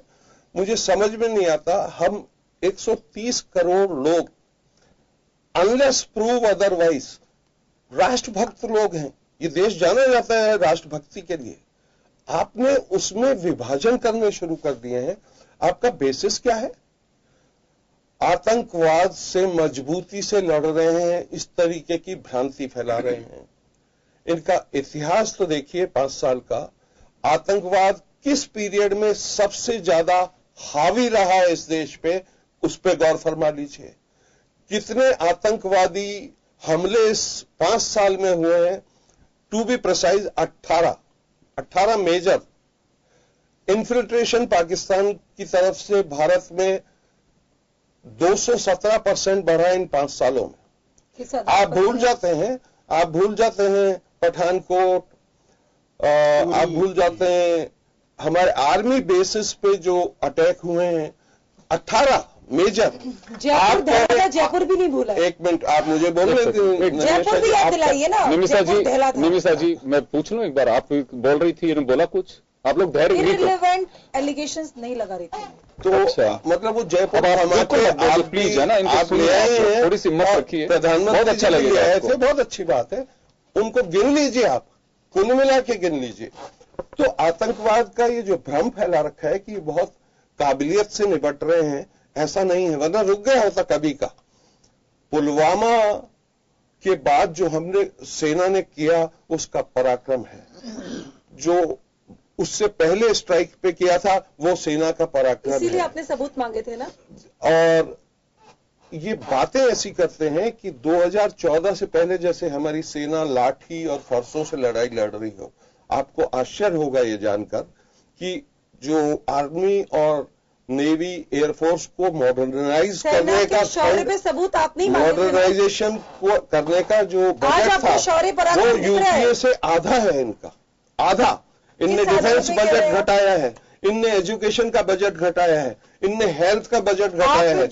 ये असली सत्य है, लेकिन इन सब को छुपाया गया। तो आंकड़े हैं निमिषा जी, ये आंकड़े चाहिए, आपको चाहिए, आप दिखाइए किस आधार पे बोल रहे हैं? सेना के शौर्य पर सबूत मांगने वाले कांग्रेस के प्रतिनिधि आज सेना का गुणगान गा रहे हैं। मैं आपको बहुत आभार व्यक्त करता हूँ। देखिए, सेना आपकी नहीं है, सेना पूरे देश की है। आपको गलतफहमी है, धन्यवाद, आपको गलतफहमी है। ये प्रचार बंद कर दें। ये बड़ा खतरनाक खेल है जो प्रधानमंत्री जी खेल रहे हैं। सेना आपकी नहीं है। को आप यहाँ बैठ करके एक महज, जबकि निमिषा जी प्लीज देखिए, मैं आपको रिक्वेस्ट कर रहा हूँ, आप कहेंगे कि आपकी नहीं, बिल्कुल आप नहीं बोलेंगे, आप ये सुन रहे थे और आराम से बोलिए। अगर आपको नहीं सुनना, देखिए मेरे को फिर बाद में फिर आप लोग कहेंगे कि बीजेपी की बहुत बड़ी प्रॉब्लम है, आप लोग बीच में इंटरप्ट करते हैं और दूसरा बोलते हैं। सिर्फ आप लोग बोल रहे हैं वह सत्य, दूसरा कोई नहीं बोल सकता।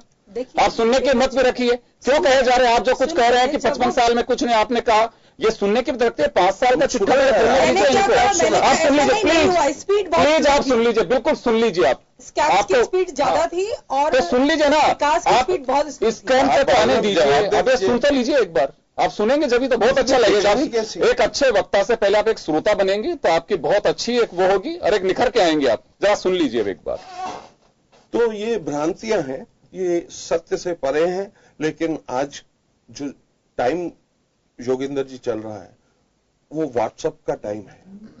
यही नौजवान गूगल नाम की एक चीज है उसको भूल चुका है। गूगल में सारी सत्य जानकारियां उपलब्ध हैं, व्हाट्सएप व्हाट्सएप में एक कुटिल उद्योग लगा रखा है भारतीय जनता पार्टी ने, जहां 2-2 हजार लोग बैठे हैं ट्यूबलाइट जला के।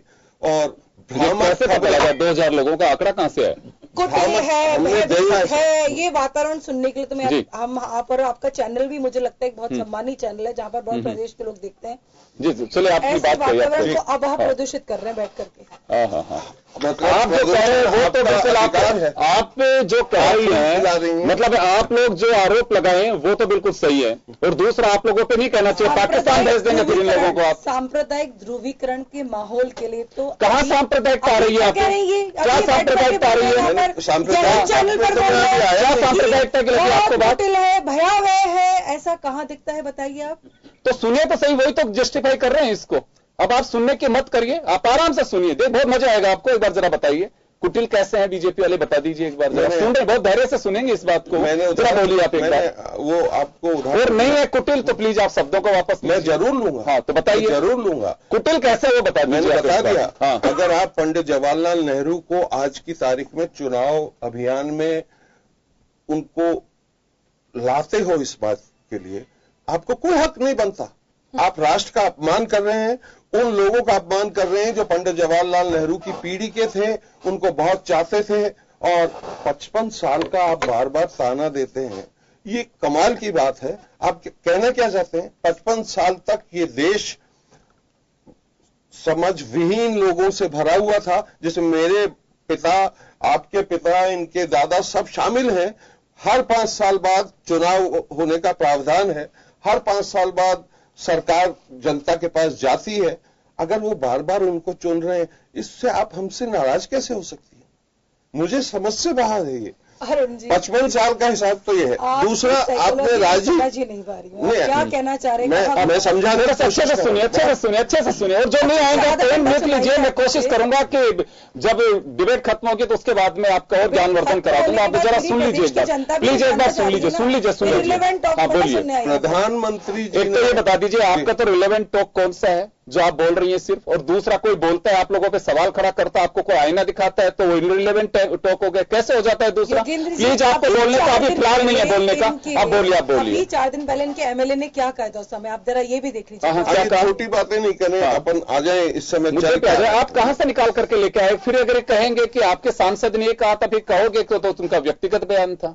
हाँ, तो मैंने नेहरू जी का बताया, सुन लीजिए जरा, सुनिए तो सही। पहले इसी चुनाव अभियान में आदरणीय प्रधानमंत्री जी ने ये भी कहा है कि राहुल गांधी अपने पिता के पापों का कर्ज चुका रहे हैं। उनके पिता एक बम विस्फोट में आतंकी घटना में शहीद हुए, पूरा देश विश्व जानता है। उनका पाप मुझे जैसा याद पड़ता है, उन पे एक आरोप लगा था, बोफोर्स में उनने दलाली खाई है, काफी हल्ला मचा था उसका फैसला हाई कोर्ट से, सुप्रीम कोर्ट से आ चुका है, बिल्कुल क्लीन चिट दे दी गई है। क्या पाप किया था राजीव गांधी ने? ये कि वो कंप्यूटर क्रांति इस देश में ले आए। जो नौजवान आज अपन उनसे अपील कर रहे हैं पहली बार के नौजवान हमको वोट दें, 18 साल का अधिकार पहली बार राजीव गांधी ने दिया। हम कहां मेरे पास चाह रहा हूं, जिस समय का मैं एक बार गौरीराज जी और एक बार महेश जी से बात करना चाहूंगा। महेश जी, मैं आपसे जानना चाहूंगा कि किस तरह की चर्चा है लोगों के बीच? सरकार किसी की भी बने, कोई वो नहीं है, मुद्दे अगर आज कोई राजनीतिक दल अपनी बात कहता है तो वो मुद्दा है, दूसरा राजनीतिक दल कहता है कि नहीं जो हम कर रहे हैं वो मुद्दा है। हालात ये हो गए हैं कि शब्दों का तो मैं क्या कह सकता हूं, बट ये तो राजनीतिक दलों को खुद को तय करना है कि हम किस दिशा में जा रहे हैं। आज पॉलिटिकल पार्टीज और जो नेता हैं उनके लिए अगर आज उनकी पार्टी के वर्कर्स अगर वकालत भी करते हैं तो आने वाली पीढ़ी जब आएगी या वो खुद देखेंगे, एक रोज समझ में आएगी कि हाँ वास्तव में भाषा का स्तर बहुत ब्लो बेल्ट था जो आज हमें अखर रहा है। इसमें कोई बात दोहराई नहीं है कि जिस तरह का जो वातावरण बन रहा है राजनीति में, कि हम बहुत पहले सुचिता की बात करते थे, राजनीतिक सुचिता, लेकिन वो सुचिता की जगह अब भाषा की मर्यादा पर भी बात होनी चाहिए। जिस तरह का इन चुनावों में हो रहा है, भाषा का इस्तेमाल, गोत्र ले लो, जनेऊ ले लो, जाति ले लो, ऊंच ले लो, नीच ले लो, ये सारी जो चीजें होते होते वो यहाँ तक पहुंचती है, मच्छर हाथी तक बातें पहुंच रही है। तो ऐसा लगता है कि मतदाता ये सोचता है कि शायद हमारे को हंसाने के लिए कुछ मस्करे मंच पे आ गए हैं और नए तरीके से बातें कर रहे हैं, उनको मुद्दों से कोई लेना देना नहीं। अगर राजनीति को हमने मस्करापन बना लिया तो ये निश्चित रूप से देश की लोकतंत्र के लिए बहुत बड़ा खतरा है। बाद में कहीं न कहीं ऐसी स्थिति आ सकती है जैसे कि माहौल जो बन रहा है, कहीं सेना सत्ता तक नहीं पहुंच जाए, हाथ में लेनी पड़े उससे, क्योंकि ये इस तरह का जो अराजकता वाली स्थिति नहीं होनी चाहिए। भाषा ही जो शब्द जो बोले जाते हैं उन शब्दों का अर्थ होता है, उसकी मारक क्षमता होती है, शब्द कभी नष्ट नहीं होता। इन चीजों को ध्यान रखने की आवश्यकता है। लेकिन हम जो हमारे जो मतदाता को लुभाने की, मतदाता समझ रहा है कि ये हमारे को ये सिर्फ बकवास कर रहे हैं। आप ये देखिएगा कि जो घोषणाएं, आपके जो घोषणा पत्र होते हैं, जिन मुद्दों को लेकर के जो राजनीतिक दल आते हैं और जो सरकारें जो मौजूदा सरकार जो जहां सत्ता में होती है वो अपनी उपलब्धियां गिनाती है, किस स्तर तक पहुंचती है, वो तो बड़ा चढ़ा के बताएगी। विपक्ष उसका थोड़ा कम बताएगा। लेकिन जो आप अब अगले 5 साल तक या कहीं मियादी उसके अवधि में ये निश्चित करें कि हम देश में कृषि आज जो मौजूदा है स्थिति, कृषि का स्तर हम इतने प्रतिशत तक आगे ले जाएंगे, ऐसी कोई गारंटी उन मुद्दों पे कोई चर्चा नहीं।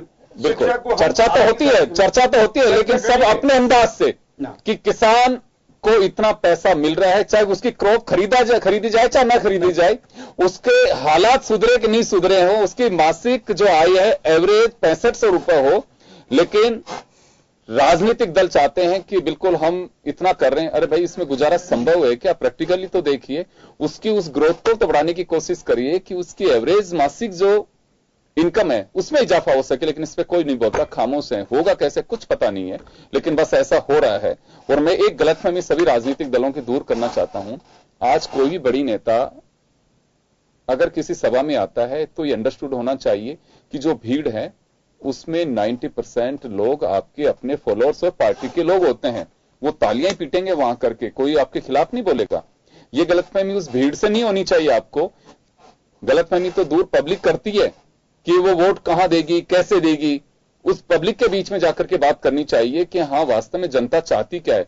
गौरराज जी, समय मेरे पास में कम है, मैं 30 सेकंड के वक्त में आपसे जानना चाहूंगा कि इस तरह की चर्चाएं बहुत हो चुकी हैं। हर राजनीतिक दल देखता है कि मेरा स्तर अच्छा है, सामने वाले का अच्छा नहीं है। हमारे यहां एक तो ये बू आने लगी है, दूसरा कांग्रेस लगातार यह आरोप लगा रही है कि डेमोक्रेटिक सिस्टम को खतरा है।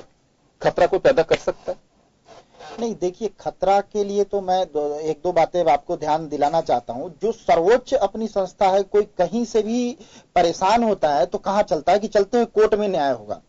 2 बार पिछले साल 1.5 साल में 2 बार चीफ जस्टिस, पहले तो 4 सीनियर जजों ने, दूसरे नंबर से लेकर 5वें ने प्रेस कॉन्फ्रेंस करके कहा कि लोकतंत्र खतरे में है। अभी खुद चीफ जस्टिस साहब ने कहा कि डेमोक्रेसी को, न्यायपालिका को कोई कब्जा करना चाहता है। तो इसको कहने की जरूरत नहीं है कि कोई दिक्कत है। लोकतंत्र क्या चलता है, बहुत लोग नहीं समझते हैं। लोकतंत्र ये जो यूनिट है, सीबीआई है, ये आपका तहसील है, कलेक्ट्री है, ये सब डेमोक्रेटिक। तो पहले भी आरोप लगते रहे कि इसे टूल बनाया जा रहा है। हाँ, टूल बनाया जा रहा है, लेकिन वो टूल दूर नहीं हुआ। इस सरकार में भी टूल दूर नहीं हुआ। मैं ये कहना चाहता हूं, स्थिति सरकारें तो बदल गई लेकिन स्थितियां नहीं बदली। मैं बताना चाहता हूं। चलिए, मैं माफी चाहूंगा गुरुराज जी, मुझे समय कम है, मैं रोकना चाहूंगा। मुद्दा बहुत लंबा है, डेली हम कुछ ना कुछ इसी तरह के मुद्दों को छूने की कोशिश करते हैं। स्कूल, कॉलेज, अस्पताल की कोई बात नहीं कर रहा है। मैं माफी चाहूंगा। तो चलिए, खास खबर में हम चर्चा कर रहे थे मुद्दों की, लेकिन मैं फिर कहना चाहूंगा कि भीड़ जो मंच के सामने होती है, आप उसे मतदाता मत समझिए। भीड़ बहुत स्मार्ट है, क्योंकि उसमें 90% आपके अपने वर्कर्स होते हैं जिन्हें सिर्फ ताली बजानी है या फिर हमारा नेता जिंदाबाद बोलना है। सच्चाई जाहिर करने वाले लोग कुछ अलग हैं, उनके बीच भी चर्चा होनी चाहिए। जो चर्चा होती है हम आप तक पहुंचाने की जरूर कोशिश करते हैं, आंख खोलने की भी कोशिश करते हैं। लेकिन इस वक्त आंख बंद और कान बंद है। लेकिन 23 तारीख का इंतजार करना है कि आखिर आंख किस कदर कैसे खुलती हैं, वो देखने वाली बात होगी। बहुत बहुत शुक्रिया आप सभी का, और खास खबर में इतना ही। दीजिए इजाजत, नमस्कार।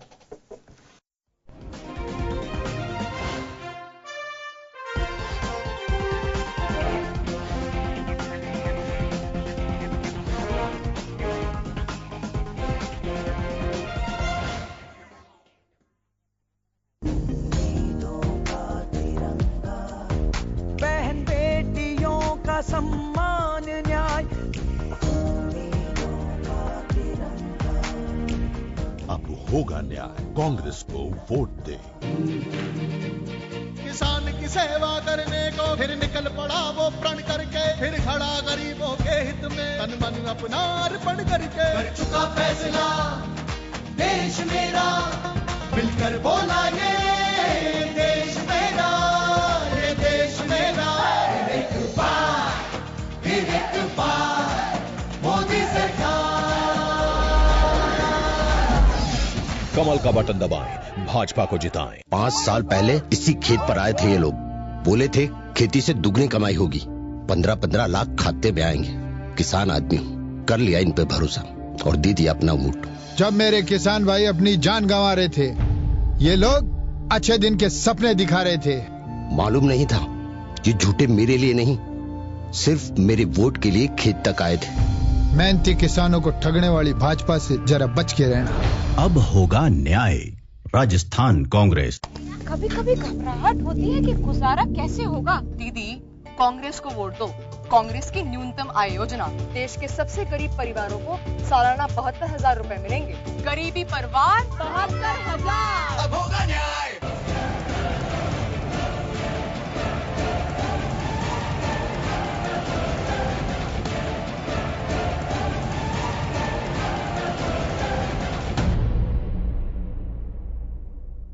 नमस्कार जंटू में स्वागत है आपका। मैं हूं योगेंद्र।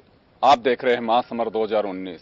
महासमर 2019 में जैसे जैसे मतदान के चरण जाते जा रहे हैं, वैसे वैसे ही लोगों की उत्सुकता और बढ़ती जा रही है कि पहले के 4 चरण उनमें क्या हुआ, 5 चरण उनमें क्या हुआ, और पहले क्या रहा, अब क्या होगा, हमें क्या मिलेगा, क्या नहीं मिलेगा। मैनिफेस्टो जो राजनीतिक दलों के हैं उन पे बैठ करके चर्चा करते हैं। हम जहां हैं, जयपुर के पास ही एक ढाणी है, जहां कुछ ढानीवासी हमारे साथ में बैठे हुए हैं और इनसे चर्चा करेंगे कि यह इलेक्शन खासकर खेती, किसान, आमजन, रूरल बेल्ट इनके लिए किस तरह का रहा, वादों पे भरोसा है कि नहीं है। चलिए हमारे साथ में एक बुजुर्ग हैं, इनसे बात करेंगे। क्या नाम है आपका? रामेश्वर। बाबा ये बताओ कि देश में चुनाव हो रहा है, मालूम होगा? हाँ मालूम है। अच्छा, तो ये चुनाव पहले आपने तो कई सालों से चुनाव देखे होंगे, वैसा ही चुनाव है कि कुछ अलग हटके चुनाव है? ऐसा ही है। अच्छा, क्या खास है इस चुनाव में? क्या खास बात है इस चुनाव में? खास बात तो कहीं है, फिर भी क्या लग रहा है आपको? मोदी साहब का नाम सुना है? हाँ। और राहुल गांधी जी का? हाँ, राहुल का भी सुना है। सुना है? अच्छा, तो क्या अभी 5 साल मोदी साहब की सरकार रही, पहले राहुल जी की पार्टी की सरकार रही, तो कुछ अंतर महसूस हुआ आपको? हाँ, ही वो अंतर महसूस। क्या हुआ बताओ? वो कांग्रेस तो बढ़िया है। अच्छा, हाँ। क्या है बढ़िया कांग्रेस में? कांग्रेस तो बढ़िया काम करिए थे। क्या काम किया बताओ? कांग्रेस तो बढ़िया ही करिए काम तो। मैं आपसे जानना चाहूंगा, क्या नाम है साहब आपका? त्रिलोकचंद।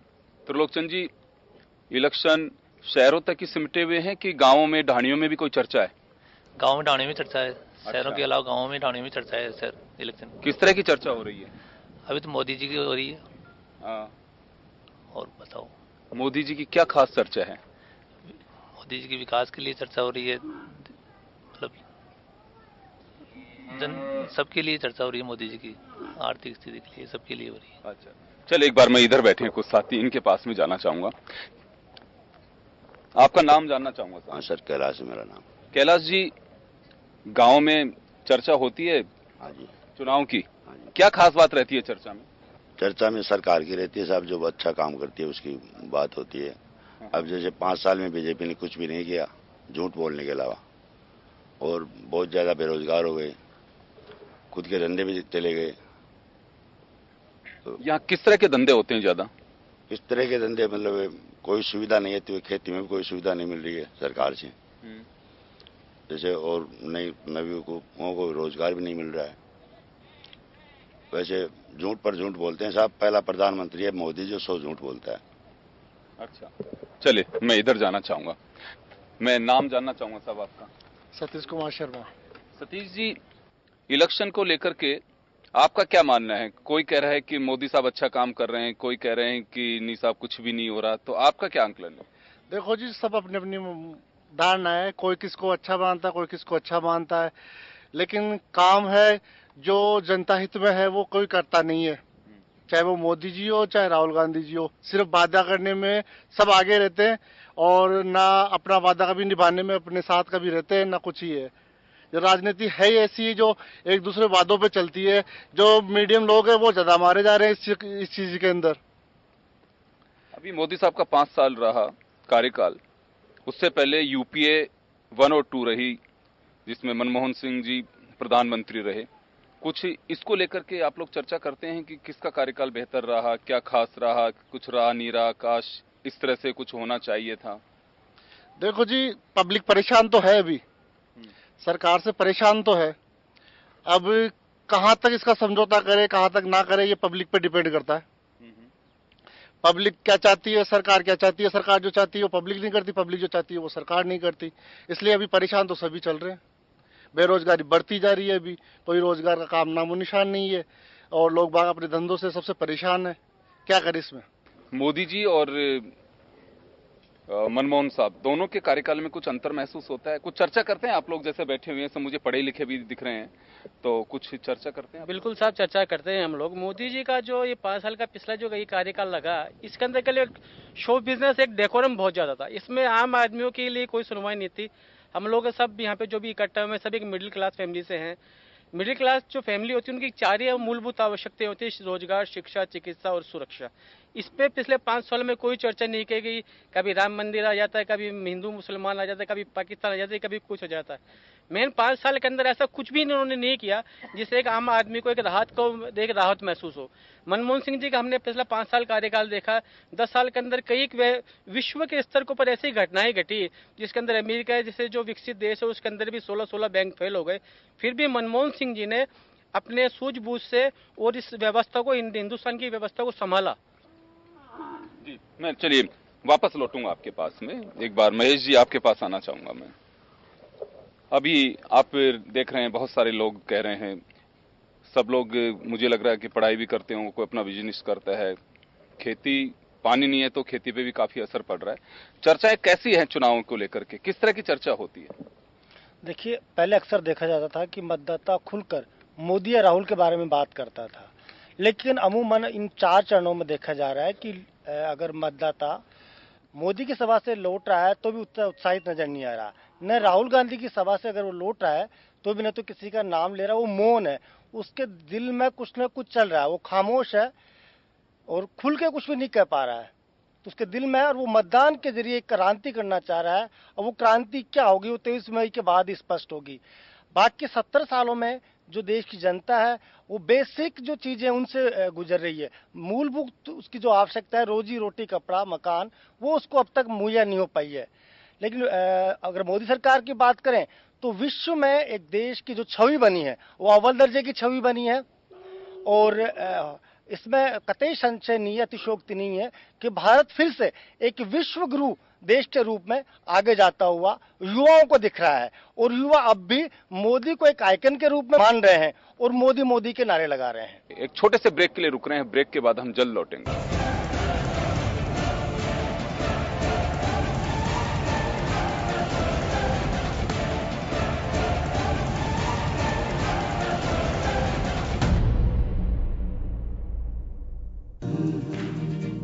आतंक को घुस कर मारा है, पर जड़ से उसे मिटाना है। अब ठान चुका है देश मेरा, ये सर ना कभी झुकाना है। कर चुका फैसला देश मेरा, मिलकर बोला ये देश मेरा, ये देश मेरा।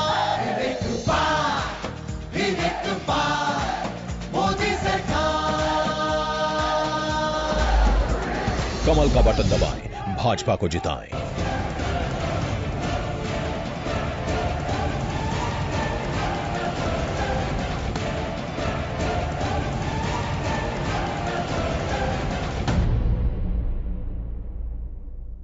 ब्रेक के बाद एक बार फिर आपका स्वागत है। आप देख रहे हैं महासमर 2019 और हम बात कर रहे हैं जयपुर के पास ही एक ढाणी में। आपका क्या मानना है साहब? मोदी ने देश की छवि बनाई है और बाहर निकाला है कुछ जो पहले से कुछ कहीं डलनेस थी या निराशा थी, उससे बाहर निकाला है। देखिए, पहले भी कांग्रेस सरकार की भी गवर्नमेंट रही है, उसमें इंदिरा गांधी जी का भी एक शासन रहा है। इंदिरा गांधी जी भी जब पूरे राष्ट्रों की एक अध्यक्ष बन करके वहां जाया करती थी। मनमोहन सिंह जी ने भी विदेश नीतियों पे और उनका भी पूरा बहुत सम्मान होता था। सिर्फ इतना अंतर था कि कांग्रेस अपने कामों को कभी गिनाती नहीं थी, लेकिन मोदी जी काम कम करते हैं, उसको गिनाते जाता है, उसकी पब्लिसिटी ज्यादा कर रहे हैं। और यही इसीलिए, और आज देखी जाए तो ग्रामीण क्षेत्रों में देखो किसान आत्महत्या कर रहा है, महंगाई की दर हमें बढ़ती जा रही है। लेकिन जो मोदी के जो अंधभक्त हैं उन्हें वही कहानी, जैसे वो बचपन में कहानी सुना करते थे हम लोग कि एक राजा को उसने ड्रेस पहनाई कि साहब ये केवल बुद्धिमानों को ही दिखेगी, जबकि एक्चुअल में राजा नंगा था। लेकिन एक बच्चे ने कहा कि ये राजा तो नंगा है, तब राजा को महसूस हुआ कि मैं वास्तव में नंगा हूं। तो केवल जो मूर्ख लोग हैं वो जान रहे हैं कि जो दाल 60-70 रुपए किलो थी उसको 200 रुपए ले जा करके और आप उसको वापस कम करके 100 रुपए में लाके आप कहते हो कि साहब हमने महंगाई को कम कर दी। जो 60 रुपए में मिल रही थी आराम से, उसको 200 रुपए आपने करी, वो मुनाफाखोरी आपने करवाई और उसको वापस जो आप कम करके ला रहे हो और आप अपनी उपलब्धियां बता रहे हो।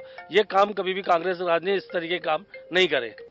उत्साह कितना है पब्लिक में वोट को लेकर के, ये कि हमारे यहाँ चुनाव हो रहा है? सर, इसमें चुनाव में उत्साह बिल्कुल भी नहीं दिख रहा है। जो 2014 में जो उत्साह था, वो उत्साह एक ऐसे देखा था लोगों ने कि राम मंदिर बनेगा, मोदी जी आ जाएंगे तो क्या पता देश में क्या होगा। ये उस टाइम को देखकर आज का अगर देखते हैं, कल हम यहाँ गए थे, हम कल डिग्गी कल्याणी गए थे, वहां पे हमने देखे ना कांग्रेस के बूथ पे कोई बैठा था ना बीजेपी के बूथ पे बैठा था। ऐसा लग रहा नहीं था कि कोई वोटर में उत्साह है। वोटर बिल्कुल साइलेंट है, वोटर अपने मन से वोट करेगा, वोटर किसी कहने से वोट नहीं करेगा। आज कहीं भी मीटिंगें होती हैं तो पहले ये क्रेज होता था कि आदमी निकल के बाहर जाता था। आज आप कहोगे तो कोई बड़े से बड़ा नेता आता तो वहां भी 20 से 25 लोग नहीं इकट्ठे होते। क्यों? क्योंकि हमेशा झूठ बोलते हैं, झूठ की राजनीति करते हैं। हम 15 लाख देंगे, 15 लाख कहीं नहीं आए। हम कहते हैं सर्जिकल स्ट्राइक करते हैं, सर्जिकल स्ट्राइक तो पहले भी होती है, आगे भी होती रहेगी। इन चीजों पे पब्लिक को मतलब नहीं है। किसान को क्या चाहिए? किसान आज रोज किसान मरा, किसान को खेती चाहिए। खेती में क्या चाहिए?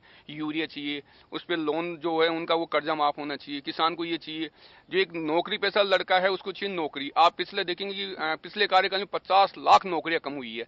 तो इसको क्या कहोगे आप? बेरोजगारी बढ़ रही है चारों तरफ। तो ऐसा स्पेशल कुछ भी लग नहीं रहा है कि पब्लिक में उत्साह हो। जो उत्साह था वो चरम पे था, लेकिन अब वही चरम पे आज नीचे जा रहा है। तो इस हिसाब से लग रहा है कि जो वोट प्रतिशत बढ़ा है घटा है, किस तरफ जाएगा, ये निर्णय 23 तारीख को हो पाएगा। उत्साह केवल मोदी जी के कार्यकाल की वजह से रहा है कि वैसे ही लोगों का भी पॉलिटिशियंस पे से भरोसा कम हो रहा है? सर पहले जो मोदी जी जब शुरू में आए तो उनका उत्साह था, लोग बाग ये चाहते थे क्या पता मोदी जी क्या कर देंगे, मोदी जी क्या पता अपने को अंबर से वो ला देंगे, हर खाते में 15 लाख भेज देंगे। एक अलग सा क्रेज हो गया था, पब्लिक ऐसे सोचने लगी थी कि किसी की सुनना ही नहीं चाहती थी, ओनली मोदी मोदी। आज वो क्रेज घटा है, आज वो क्रेज जाके वो 100% आज 20% क्रेज है। तो आज वो क्रेज घटा है, पब्लिक का नेताओं पे विश्वास उठ गया। कुल मिला के अब पब्लिक ये चाहते हैं कि हम किस तरफ जाएं। ये पब्लिक किसी को कह नहीं रही, ये सब ये अंडर के अंदर चल रहा है। अब क्या वोट किसको दे रही है किसको नहीं दे रही है, ऐसा बिल्कुल माहौल 40% माहौल भी नहीं है जो वोटिंग का है प्रेजेंट टाइम पे। तो चलिए, लोगों में उत्साह कम है, और लेकिन पहले फेज में जो वोटिंग हुई है राजस्थान में वो कुछ अलग संकेत देती है। गर्मी राजस्थान में, प्रचंड गर्मी कह सकते हैं इसे, लेकिन मतदाताओं का उत्साह इस गर्मी पर भारी पड़ता नजर आता है। काश दूसरे चरण में भी इसी तरह का उत्साह बरकरार रहे। एक छोटे से ब्रेक के लिए रुक रहे हैं, ब्रेक के बाद हम जल्द लौटेंगे।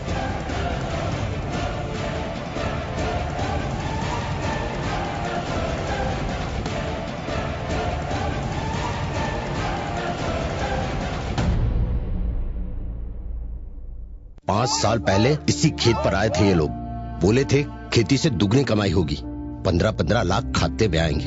किसान आदमी हूँ, कर लिया इन पे भरोसा और दे दिया अपना वोट। जब मेरे किसान भाई अपनी जान गंवा रहे थे, ये लोग अच्छे दिन के सपने दिखा रहे थे। मालूम नहीं था ये झूठे मेरे लिए नहीं, सिर्फ मेरे वोट के लिए खेत तक आए थे। मेहनती किसानों को ठगने वाली भाजपा से जरा बच के रहना। अब होगा न्याय। राजस्थान कांग्रेस। मजबूत चाहिए देश हमें, मजबूत इरादे जीतेंगे, हमें ऊंचाई को पाना है, खुद को पीछे ना खींचेंगे। कर चुका फैसला देश मेरा, मिलकर बोला ये देश मेरा, ये देश मेरा। फिर एक बार मोदी सरकार। कमल का बटन दबाएं, भाजपा को जिताएं।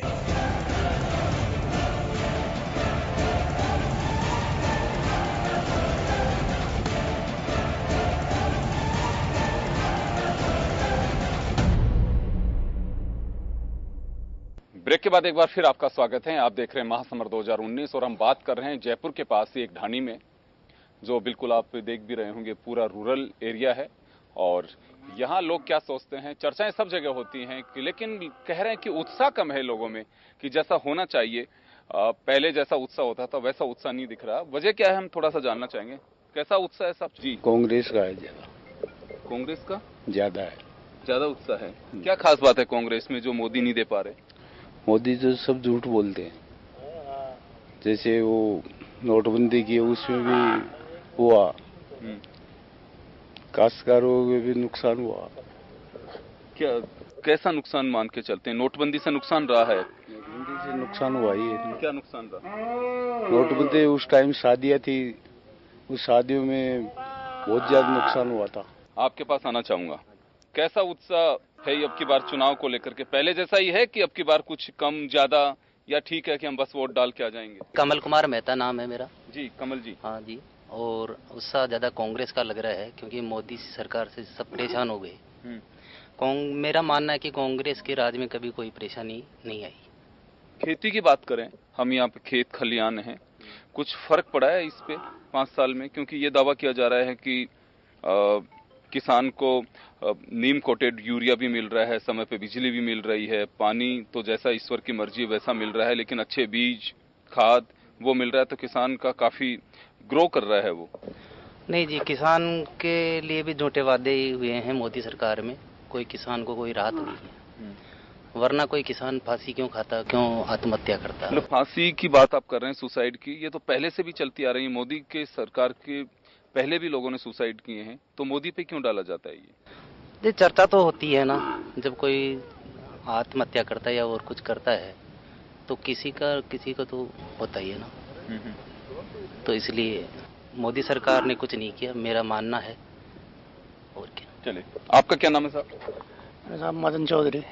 मदन जी, ये बताएं कि बिल्कुल ऐसा लगता है कि 5 साल में सरकार ने कुछ भी नहीं किया? नहीं, कुछ भी तो नहीं कह सकते अपन, लेकिन जो उम्मीदें थे वो पूरी नहीं हुई जी। महंगाई पे कुछ नहीं किया। हाँ। पहले सिलेंडर लेके पुतले चलाते थे, वो आज 900 का ऊपर का सिलेंडर हो गया है। भ्रष्टाचार पे क्या हुआ? मोदी जी कुछ नहीं बोल रहे। 2G 4G कोलगेट कॉमनवेल्थ, उनके बारे में कोई जवाब नहीं दे रहे। तो 5 साल उन्होंने राज किया तो पूछना तो बनता है उनसे। भ्रष्टाचार पे तो कह रहे हैं कि कांग्रेस के टाइम पे रहे, मेरे या मेरे सरकार के किसी भी मंत्री पे एक अगर कोई बता दे भ्रष्टाचार। नहीं, उन्होंने भ्रष्टाचार नहीं किया ये माने, लेकिन कितने भ्रष्टाचारियों को उन्होंने जेल भेजा हम ये पूछना चाहते हैं। चौकीदार बन गए, कितने अंदर गए? लेकिन ये कहते हैं कि भ्रष्टाचार हुआ ही नहीं है, तो भेजें किसको? नहीं, उन्होंने कितने भ्रष्टाचार को उठा ले गिनाए थे। कॉमनवेल्थ गिनाया, 2G गिनाया और ये कोलगेट गिनाया। उनके बारे में क्या किया उन्होंने, वो बताएं हमारे देश को। किसान की क्या स्थिति है? किसान किस तरह की चर्चा चाहता है? नहीं, किसान तो पानी चाहता है। कहाँ पहुंच रहा है मुद्दों में? पानी कोई बात नहीं, अली बली की बात हो रही है यहाँ तो। पानी के मुद्दे पे कोई बात नहीं करता। राजस्थान में कितनी कमी है पानी की, लेकिन कोई भी दल बात नहीं कर रहा पानी की। मुद्दों का चुनाव तो हो ही नहीं रहा, तो नाउमीदी का चुनाव है ये तो। काश्तकार तो पानी से बहुत परेशान है, पीने का पानी नहीं है खेती की। बिजली की क्या स्थिति है? बिजली भी गाँव में चर्चा होती है कि बिजली की? बिजली तो है, ठीक ठाक है, लेकिन बिजली से क्या होगा जब पानी नहीं होगा? तो बिजली किस काम की है खेती में? चलिए साहब, आपका क्या नाम है सर? महेश कुमार शर्मा। महेश जी, आपके पास आ गया मैं और जानना चाहूंगा कि किसान की चर्चा, राजनीतिक दलों के आप भाषण भी सुनते होंगे, नेताओं के, वो कैसे बात करते हैं वो भी सुन रहे होंगे आप, लेकिन किसान कितना खुशहाल है वो कभी बैठ करके चर्चा करता है चुनाव की? क्योंकि आप सब ग्रामीण परिवेश से लग रहे हो मेरे को। सर, किसान को जो चाहिए सिर्फ बिजली जी। बिजली की रेट है क्या ना, 3 रुपए पहले थी, आज 14-15 रुपए की रेट हो गई। पानी नहीं है, पानी की सुविधा नहीं है, हर चीज की समस्या है। खाद भी। राजस्थान में तो अनाउंसमेंट किया हुआ है कि बिजली की दरें नहीं बढ़ेंगी। सर कुछ भी नहीं, झूठ ही बोल रहे हैं वो। कुछ भी अनाउंस नहीं हुआ वहाँ पे, ना तो पानी की सुविधा हुई, ना बिजली की हुई, कुछ भी 0% चल रहा है। ना खाद मिल रहा है, ना बीज मिलता है, कभी नुकसान है तो न मुआवजा मिलता है कभी किसान को, हर चीज कुछ भी नहीं मिलता है। मैं आपके पास आना चाहूंगा कैलाश जी। मोदी साहब एक बात कह रहे हैं कि किसान को 6,000 रुपए हम सालाना देंगे, 2-2 हजार रुपए, ताकि उसको खाद है, उसका बीज है, उसकी सुविधा मिल सके। राहुल गांधी भी 72,000 का दावा कर रहे हैं। तो कितना भरोसा करते हैं कि पैसे आ रहे होंगे, आएंगे, नहीं आएंगे? क्यों कोई कर्ज माफी की बात कर रहा है, कोई कह रहा है कि हम बिजली की रेटें कम कर देंगे, तो कितना भरोसा करते हैं सब पे? सर, वो पहले मतलब कांग्रेस सरकार ने योजनाएं चलाई, वृद्ध पेंशन वगैरह, तो उनको तो मोदी जी ने बंद कर दिया। अब कहाँ बंद किया? वो भी दे रहे हैं पेंशन? कहाँ दे रहे हैं? अब थोड़े दिन देर फिर बंद कर दी वापस, अभी कोई दे रहे नहीं है सर। तो बताओ क्या भरोसा करें इन पर? कांग्रेस पे भरोसा कर रहे हैं आप? कांग्रेस ने तो मतलब पहले अपने ये सरकार आई थी गहलोत साहब की, तो उन्होंने दिया था, दवाइयों में छूट दी थी, मतलब काश्तकारों को, जनता को बहुत बढ़िया राहत मिली उससे। दवाइयां तो सरकार चाहे किसी की भी रही हो, वसुंधरा की रही हो चाहे अशोक गहलोत जी की रही हो, वो योजनाएं बंद नहीं की थी।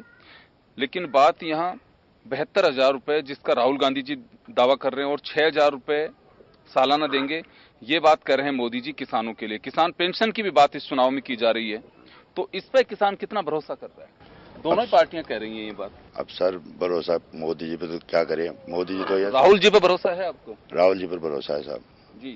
साहब मोदी जी तो ऐसे कह रहे थे 15 लाख खाते करनाएंगे आपके में, तो वो कहाँ आए? अब राहुल जी ने तो 72,000 तो कहे हैं, अब देख लेते हैं इनको, मैं वोट देके देख लेते हैं। अच्छा, भाई आएंगे 72,000 रुपए। चलिए मैं आऊंगा आपके पास में।